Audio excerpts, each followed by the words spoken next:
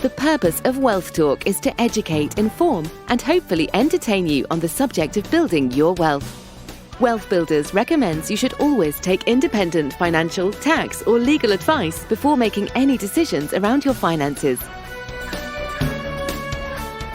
Hello, welcome to episode 24 of Wealth Talk. My name is Christian Rodwell, the Membership Director for Wealth Builders, and I'm joined by Mr. Kevin Whelan.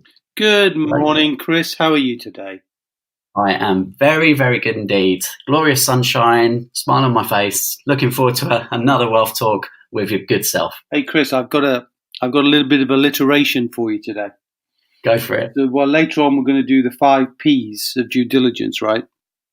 But I just had a weird thought. So I spent yesterday at the graduation of my youngest son, Simon, and I realised as my wife and I were chatting and we were sipping on some Prosecco, which isn't one of the P's, by the way, and we kind of realised that my 3 kids have all got degrees beginning with P. It was Fancy that. curious, when you realise it. So Holly's got a psychology degree. Michael's got a philosophy degree, and Simon did property development. Would you believe? So a very you didn't engineer that in some way, Kevin. I think he was the fastest to learn about the pillars. I think so. Yeah, he's lining himself up for a career in property, which is absolutely fantastic. Which of course is an investment class we're going to be coming on to very soon. But I think today is about wrapping up, or at least having a wrap-up of the pillar number 3, which is investments.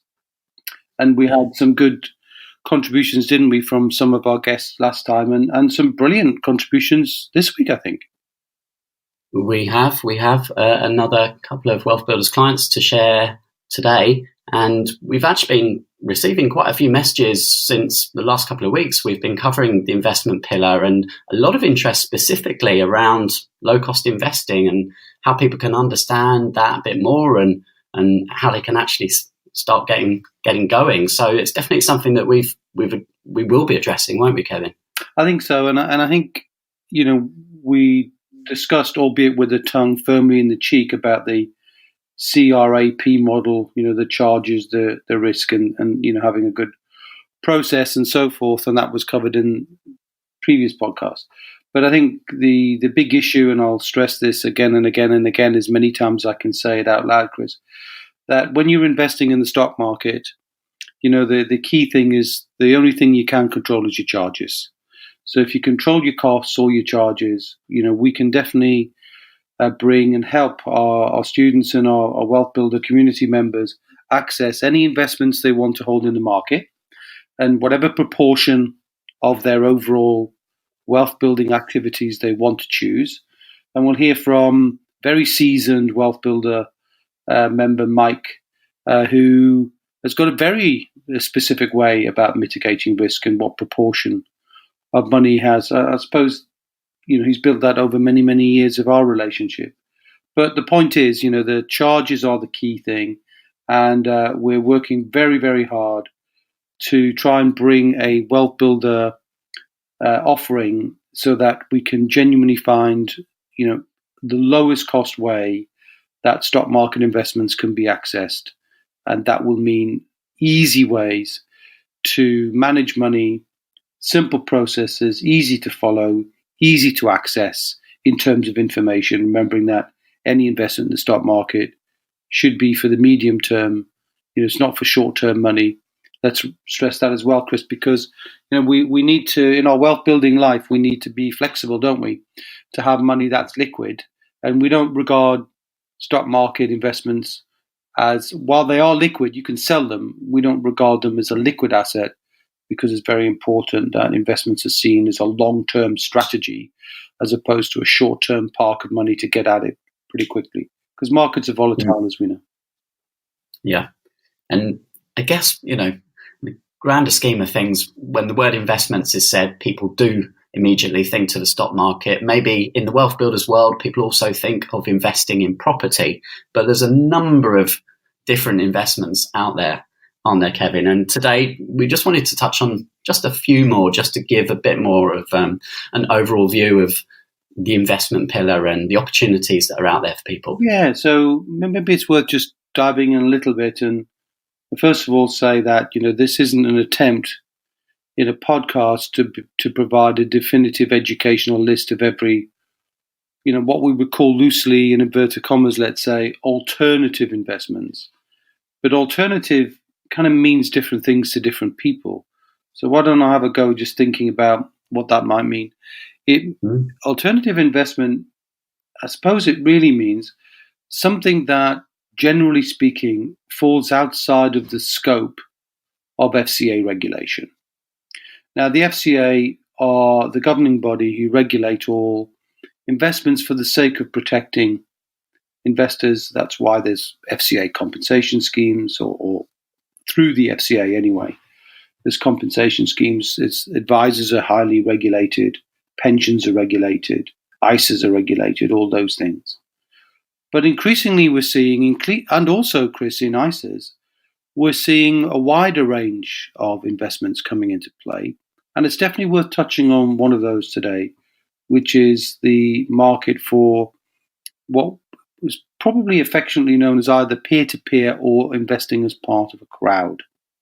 And what we don't mean is you don't turn up, and invest and raise your arms and bid like an auction inside a crowd, but you just become one of a whole range of people who are investing remotely. And this is becoming much more sophisticated now, Chris, particularly in all sorts of different investments. But we're seeing now something called an innovative ISA. It's like the government now recognizing that you can hold more different assets other than the stock market, because traditionally ISAs have only ever been the domain of cash or the stock market. But now, there's a whole new world of innovation as far as ISA is concerned. Still the same limit, still the same 20,000. But and the most popular one, I think, definitely worth touching on. And I know Michelle is going to talk about that, isn't she? About something which is sort of peer-to-peer, but through property. Because she likes property. She's got a very solid background in the ownership of property, but her diversification play in property is investing in other people's projects, but not, I suppose, directly by lending money to a property expert or a developer, but by investing through a platform, just like you can invest in a stock market platform. We talked about that. But this is a sort of a way to invest in a platform into property projects, which she's looked at and determined they fit her. And again, that's a reflection. Michelle is very much as all of our wealth builders are, in an individual with very strong views, and she's investing well, reflecting her own views. So, if you want, I can talk about different types of peer-to-peer, or can just listen to Michelle, depending on what you think, Chris. Well, maybe shall we let Michelle describe in her own words what she's been up to, and then we can follow that with Mike, and then we can comment on both of those. Great, let's do that. Okay, so what are the different types of peer-to-peer that are out there, Kevin? Well, as I touched on earlier on, peer-to-peer is just a generic term, and I think it would be easy to break the market down into three main aspects, Chris. So peer-to-person, which is where individuals can invest money where that money is then reused by people, generally in a kind of consumer-led society. And you'll see companies like Zopa, ZOPA, and they're basically, you're investing in a credit risk. You're providing funding for other people to spend in the same way as banks and credit cards do. And there's a resonance issue with some people on that, certainly personally, and I'm speaking personally only here, Chris. I don't like the idea of my money profiting from people using their money to buy consumer things. To me, the whole idea of investing is to make everybody more wealthy as a result of that. And people buying stuff doesn't appeal to me. However, that doesn't mean, you can't do that. So that's a market, peer-to-person. Michelle, as we talked about, likes peer-to-property. So the idea behind that is, a good property platform that does good, rigorous due diligence on the developer and the project, will then bring forward an opportunity, post it on a platform. Individual investors can go and look at that property, study the due diligence pack, that's almost always provided on there. And if they like the investment and they like the return, those returns are typically in the sort of 6 to 10% mark, often 8 to 10, or sometimes even more than that, Chris. So, quite attractive rates, but not without risk. That's the whole point of the due diligence. But investing a very small part of a large property opportunity can sometimes yield, let's say, decent returns without an awful lot of time. So you're not going to look at the sites, you're not going to look at the projects. So you might be denied the learning opportunity, that ROI of return on intellect. But if you're happy with property, you're happy with the project, you're happy with the diligence, if you can get 8, 9, 10%, then that can be a good investment. And that's certainly something that Michelle likes. Mike is talking about peer-to-business. So peer-to-business then is where individuals will invest in a company, where a company's making some form of almost like a Dragon's Den pitch, I suppose, really. Like a company trying to grow, they'll explain what it is they do, they'll explain what it is they're planning to do, why they need money, what they need the money for. Often there'll be a due diligence pack to say what the numbers are of the company, the size of the market. You get the idea. And you can invest in businesses and support business. Obviously, the risk is very different. The security is often much less, but there can be security there as well. So like everything, it's all in the due diligence, but it's also a reflection of who you are and what you like. And by all means, looking at different ways of investing as part of the crowd, because this is growing, this is a burgeoning side of the market. And while we've just touched on 3 there, there's more than enough for a wealth builder to be looking at there now. And it might be an interesting just to hear the individual perspectives of Michelle and Mike, just to say why they're doing what they're doing, why they like that, and why it's a part of their overall wealth building mix. Yeah, no, absolutely. I think it's a great time. So let's head on over and let's listen to Michelle Bryant and Mike Hedgecox. Hey, so I'm with Michelle Bryant today, Wealth Builders client. Welcome to Wealth Talk, Michelle. Hi there. How are you doing? Very well, thank you. Good. Now, I know, Michelle, you've been looking at alternative ways that you can invest. And would you mind giving us a bit of background around what you've been looking into specifically? Yes, sure. Right. So basically, I'm a chartered accountant. That's my background. So I've been in the finance world for quite a long time. I've had a SSAS for about 18 months. And I was particularly interested in looking at crowdfunding and how I could utilize that to complement my property portfolio. And I did start off by investing personally with personal money. And then I started using SSAS funds. So I found it's worked very well for me as a diversification concept. Great. And for someone who maybe isn't quite clear really what crowdfunding is all about, would you mind just giving them the kind of 101 on how it works? Sure. So basically, it gives investors an opportunity to invest in some platforms, from £1 in developers' projects all across the UK. And you can either invest in an equity crowdfunding opportunity or a debt crowdfunding opportunity, which is like a loan, effectively. And for me, it's been great because I've always been a London investor. So I've been open to investing all around the UK, so geographically diversified. I've done a mixture of equity and debt. So I've got a mixture of terms, so I can recycle my funds. Money comes back at different times, and I'm able to spread my risk. Obviously, I do my due diligence on projects myself. I'm very, very thorough. I like to get to know the developer and, if possible, get to visit the site and learn as much as I can.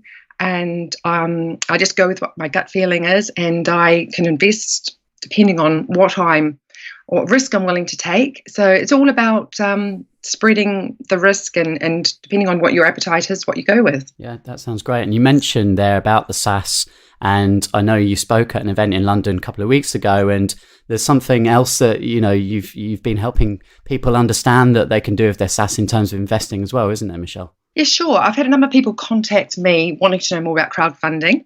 because obviously with the internet and all the new opportunities that the internet has allowed an investor to do, a lot of people are, some are only just really hearing about what crowdfunding can do and how it can be open. It can let a lot more people onto the property ladder with very little outlay of funds. And I've had a number of people say to me, I've gone into the 50% loan back option with my SSAS, and I'm wanting to know what I could do with the other 50%. And crowdfunding is something that they're particularly open to, where they can just invest their money, up to a year or a little bit longer, get that money back, grow their pot, and potentially do other strategies. Yeah, that sounds great. And is there any other alternative investments that you've been looking at that you'd like to share with us today, Michelle? I have been doing the loans, direct-to-developer loans, but only with developers that I feel have got that right level of experience that I'm comfortable with. So I'm looking at that at the moment, but obviously complementing that with crowdfunding as well. And I'm going to the Alliance meetings every month, because every month there's definitely new learnings. You learn from Mark Stokes, you learn from Kevin, and also all the attendees. Everyone's got a different story. And I get the impression that it's a continual learning process. That's it. And as we say, the wealth building process always begins with education. Absolutely. Thanks for sharing your story with us today, Michelle. You're very welcome. Thank you. Okay, so I'm with Mike Hedgecox, Wealth Builders member. How are you today, Mike? Yeah, great. Thanks, Chris. Now, Mike, I know you've been working with Kevin for a number of years. Would you mind just giving a bit of background of, how that's worked and some of the advantages? Yeah, I've known Kevin for well over 20 years now, first advising me from an IFA point of view, and then more recently helping me through the whole journey of setting up SIPs and then SSASs and investing those pension schemes wisely and prudently. Excellent. Now, I know, Mike, you have been investing in businesses, but in a slightly different way. Would you mind sharing some information around that with us, please?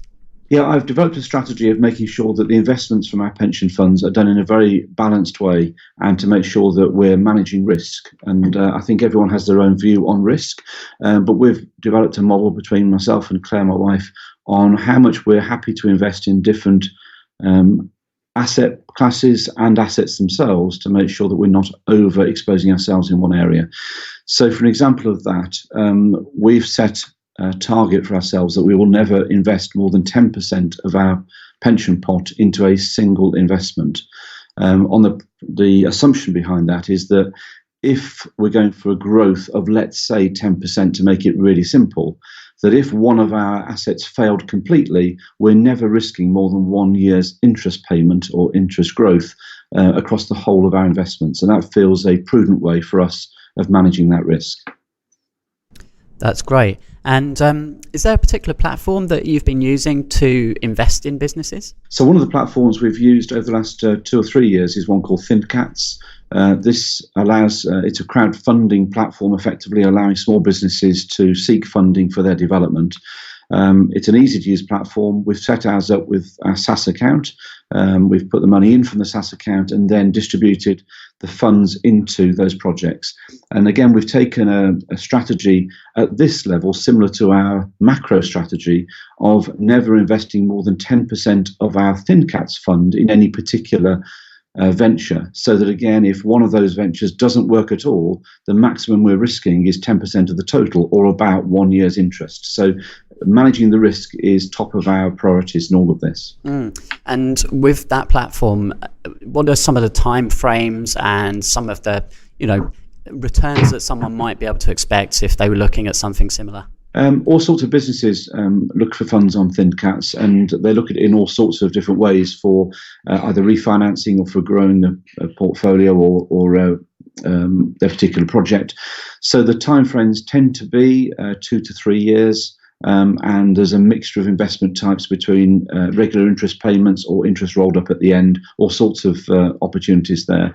And the key is to obviously do the due diligence on those projects. So on the platform are some introductory notes from the introducers who talk about the projects, but it's up to you to go through the detail of that and make sure you're happy with the investment before you go ahead. And Kevin and myself were talking on previous episode about the great diversification on these platforms is that you can find something that really matches with your values and your interests, and therefore be, really make the investing process an enjoyable process and feel quite, quite involved in it, even though you might still be quite hands-off and passive with the actual kind of running of things. Yeah, so there's all sorts of investments we've put into place through ThinCats, and it might be as a refinancing of business or a business looking to expand and needing some capital to do so. So it's interesting to see how those businesses have invested and how they've grown. Again, it's a very much a hands-off investment, as you said, but it's all down to, I think, the due diligence you do up front and whether something in there is of interest to you. I think with all of these platforms, you find that there are peaks and troughs of availability of investments, and you'll go through a period of time where there aren't that many on the platform, and other times where there's a whole host of opportunities come forward. So again, I wouldn't put all of my eggs into one basket, but it's just one of those areas that's worth putting some of a pension pot into, maybe just to spread risk, but also it gives you an opportunity to learn some stuff about due diligence and other aspects of wealth building. Well, you've mentioned due diligence a number of times there, Mike, so I can see how important that is, but also diversification. And I know that you diversify in other areas as well. Would you mind just sharing some of that? Yeah, so since we first operated a SIP through Kevin and then moved that into a SAS about 5 years ago, we've definitely spread our investments into different asset classes. So we've undertaken various things, such as a loan back into our own business as one area. We've invested with third-party loans with other people, invested in shares, invested in venture capital projects as well, looking to help new startup businesses. So a real spread of things to make sure that we are spreading the risk, but also learning some stuff as we go. That's great. Well, thanks so much for sharing all of that information with us today, Mike. And thanks again for being a guest on Wealth Talk. You're very welcome. Thanks, Chris. Okay, so really interesting to hear both from Michelle and Mike there. And obviously Michelle talking about diversification again, how she typically was investing in property, and now obviously crowdfunding allows her to really spread her risk.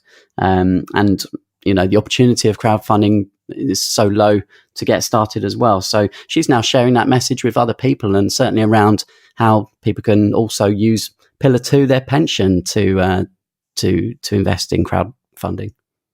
Well, the whole thing with wealth is the reason why we teach it this way, Chris, is we don't want people to be myopic and see that investing in the crowd, investing in peer-to-peer is somehow the domain of Pillar 3. It is not. Because you can move any money from there. You could move money from, not that I'd ever recommend it, but, you could technically move money from home equity. You could move money from your pension. You could move money from cash. You could move money from your business.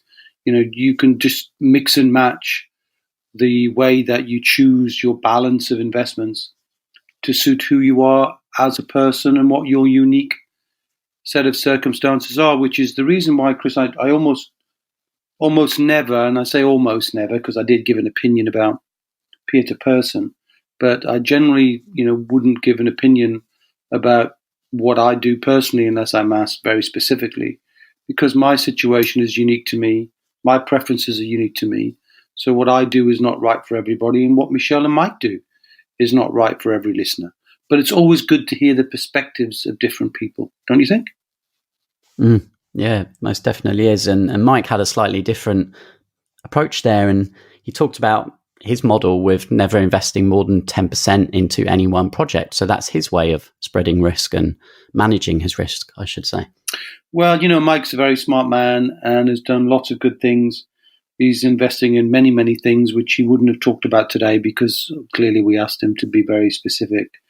But, expert in property, expert in business, in commercial property. He's just done so many things, and I've enjoyed my relationship with Mike, and I would say probably in the wealth building communities, possibly my longest relationship with a client, 20 years plus, I can't believe it. It's incredible. And, we just pick up where we left off every time. And he's always looking to do something interesting and different and challenges himself. Yeah, he doesn't need to do it, but it's really important for him to feel like he's participating. And not just him, but him and his wife, Claire. And increasingly now he's bringing his own daughters into the equation, again, as part of that growth of, you building your wealth, and that's important. But also the reason why we try and do it in a systematic way is to help the teaching of that to the next generation. And Mike's very passionate about making sure his daughters get all the lessons too. So, thanks to both Michelle and to Mike for giving their time and sharing with us their views. Now, Kevin, I really want to pick up on just this point of due diligence. It comes up with every member, every client we speak to. It's so critical. Of course, it's the fourth step in the wheel of wealth. Can we talk about due diligence? And for someone listening now, Kevin, who maybe just doesn't know where to start, like how do they do due diligence? What is due diligence? Well, due diligence it's a complicated sounding thing, isn't it? When is it due? Whose diligence is it? In a sense, the principle of due diligence is risk mitigation. We know that the whole essence of managing wealth is about managing returns, managing risk, and you need to do that in a certain way. And I tend to approach due diligence with I hinted earlier on, Chris, of my alliteration. And as a teacher of wealth, I love finding ways to make something really, really easy. And I'm going to suggest that there are 5 levels, not really 5 levels, but 5 touch points, I guess, where it would be important just to maybe, tick a box and see that you've made an assessment of the risk. And I'll come on to what if you don't know how to assess the risk in a certain thing. Some things are really very easy to do, aren't they? Like, you can assess whether you like, I don't know, you want to invest in a low-cost fund, for example. That would be relatively easy to do. You do a simple questionnaire, and that will help you, that will bring out your attitude to risk. And then you can choose a selection of funds or investments in the stock market that reflect that, which is really where it all comes down to. The starting point is you as a person. So you have to assess yourself. The reason we do wealth dynamics at the very start of our relationship with our wealth builders, Chris, is because the important thing is to know yourself.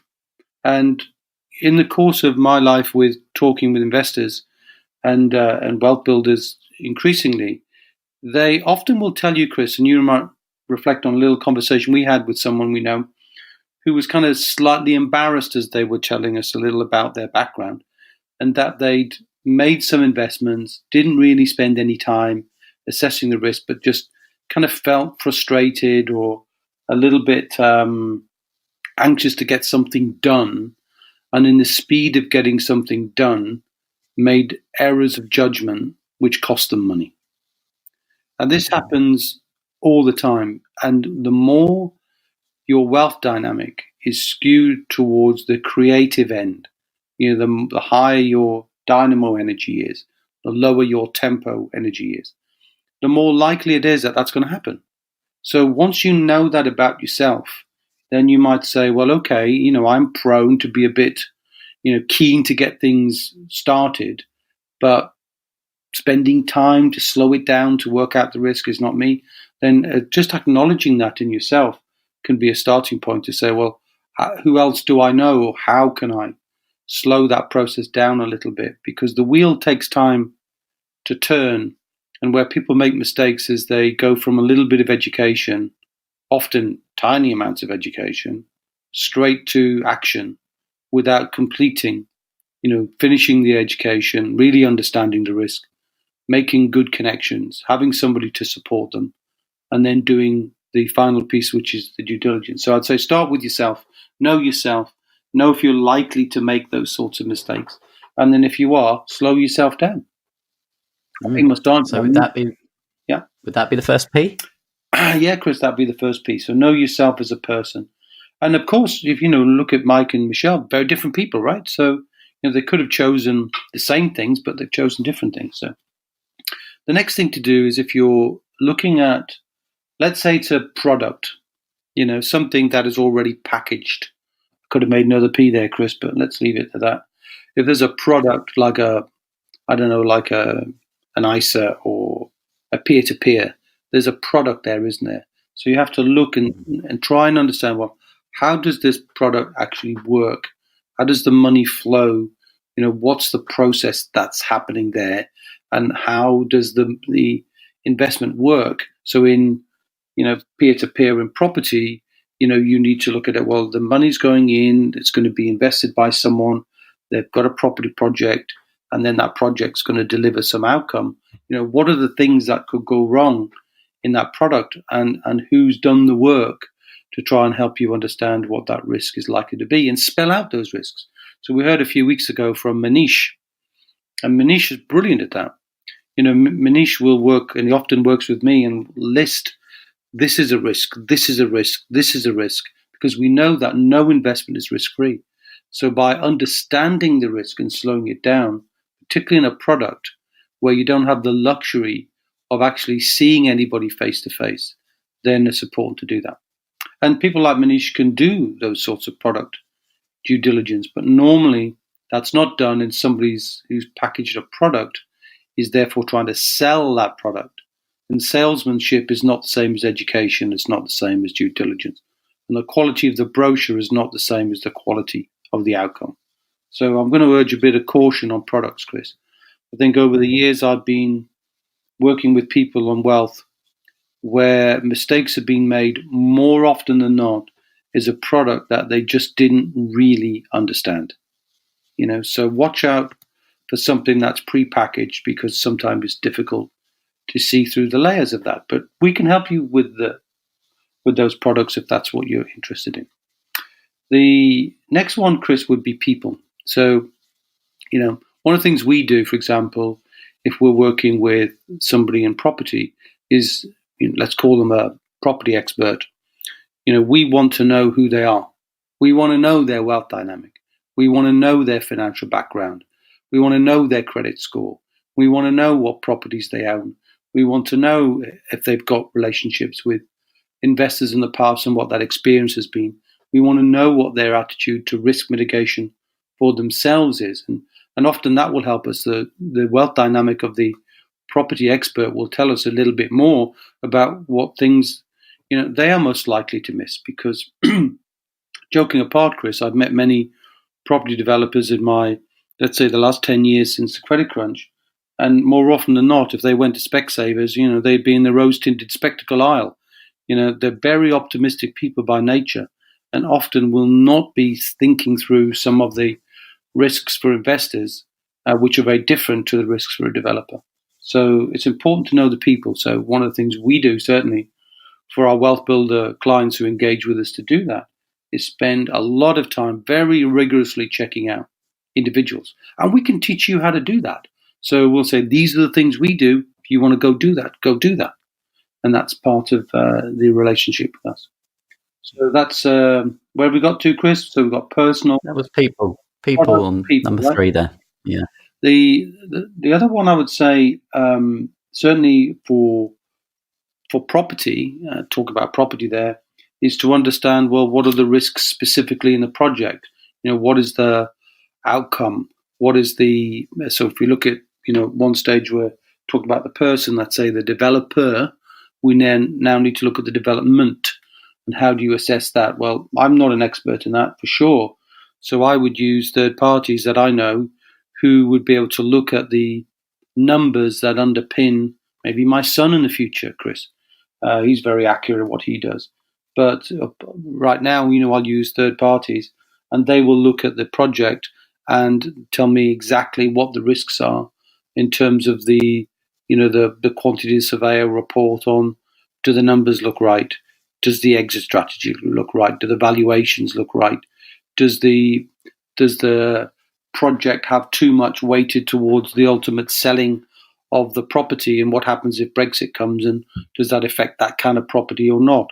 Is the property benefited from Help to Buy? There's a whole series of things way beyond the scope of this podcast, Chris, but I'm not the expert, So the key thing for me is always, if I don't know quite how to do something, I just find somebody who does. And I think that's part of the beauty of the wealth builder community. We've got all of that. And then finally, it's knowing that you have a process for yourself, that you like to work through in the same way as you want to know what's, like Mike, you heard from Mike, no more than 10%. So what's your process for your own wealth?